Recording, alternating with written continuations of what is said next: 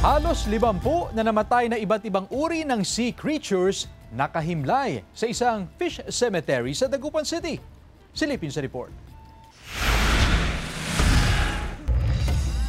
Mga kapuso, nakarinig na ba kayo ng sementeryo na hindi para sa mga namayapang tao kundi para sa mga sea creatures? Meron yan sa Fish Cemetery sa Barangay Bunuan, Bukid, Dagupan City na ipinatayo noong 1999 ng BFARNIF TDC. Iba't ibang sea creatures ang nakahimlay rito. Karamihan, mga napadpad sa dabing dagat sa iba't ibang probinsya sa Luzon.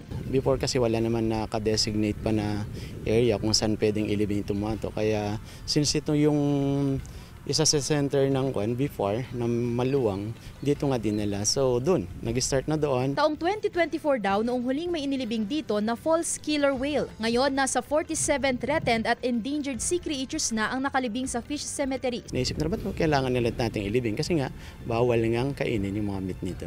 Sa paglilibot nga natin dito sa sementeryo ay natagpuan natin yung unknown Moby Dick na tinatawag nila, at ito raw yung pinakaunang whale species na inilibing dito noong 1999. Natagpuan daw ito sa Malabon at na may bigat na 1.2 tons at may haba naman na 320 cm.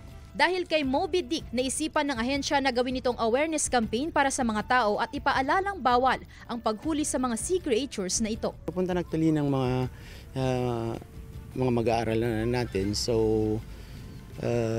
usually around almost 1,000 yung mga OJTs natin na pumupunta dito all over the Philippines. Kasama si Jing Dakanay, Sandy Salvacio, One North, Central Luzon.